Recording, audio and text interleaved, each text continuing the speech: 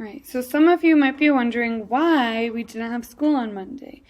Because Monday was Labor Day. So we're going to go over for social studies why that's an important day in history and why we didn't have school that day.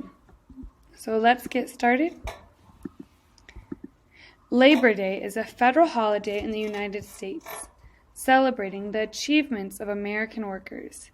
It is observed annually, so once a year, on the first Monday in September. They usually have parades, parties, and sports activities. It is also known as the working men's holiday. For young Americans, it signifies the end of summer. So for some schools, they start after Labor Day. So this is their last weekend of summer. But we already started school, so it was not the end of our summer. Ended a few weeks before. During the 19th century, while America was at the peak of the Industrial Revolution, American workers had 12-hour shifts per day for 7 straight days to make a living to survive on. So they worked every day of the week for 12 hours with no time off, and that was just to make enough money to live on. Factories and mines were at the height of demand, so everyone needed something that was made in factories, and they accepted workers of all ages. Despite prohibitions, some states practiced child labor as young as 6 years old.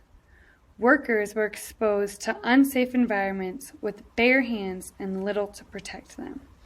So here are some of the pictures of the factories, and if we go back, we can see here are the young kids working in the factories. The American Industrial Revolution dramatically increased the manufacturing industry, replacing the agricultural sector. As a result, labor unions were established and easily spread. Labor unions started organizing rallies, strikes, and protests about reforms on working hours, pay, and safety. So as they're standing in the streets not working, they're saying, I'm not going to work until you make sure that we have working hours that are reasonable, till you are paying us correctly for what we are working, and until you have safety for us, until they are safe environments to work in. So they're saying, we demand this for us to work in the factories.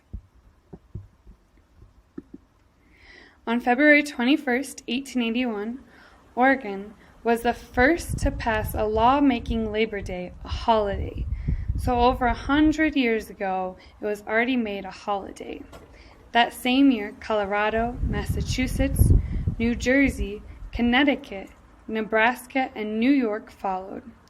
On September 5th, 1882, almost 10,000 workers marched their way to the Union Square in New York City, marking the first Labor Day parade in U.S. history.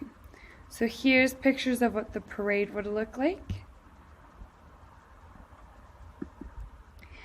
By the end of 1894, 23 states passed the Labor Day holiday law.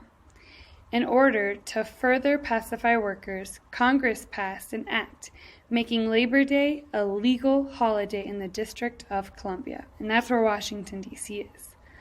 Both Peter J. McGuire, co-founder of the American Federation of Labor, and Matthew McGuire, secretary of the Central Labor Union, were debatedly credited for proposing the holiday.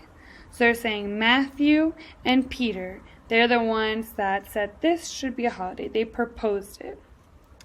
In 1909, the American Federation of Labor Convention made a resolution adopting Labor Sunday prior to Labor Day to be celebrated for the labor movement's educational accomplishments. So Labor Day is a day to celebrate everyone working in America.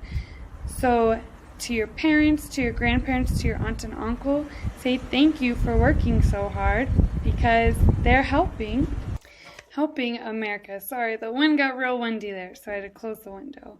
But Labor Day is meant to honor and celebrate workers and the importance of their contributions to the nation and to society. Alright, so for your homework today, we're just going to be doing an Edmodo worksheet, just writing something down, 2 things new that you've learned. So if you've taken notes through this video, or if you want to quick write down 2 new things you've learned, that'll be our Edmodo quiz for today. Alright, thank you.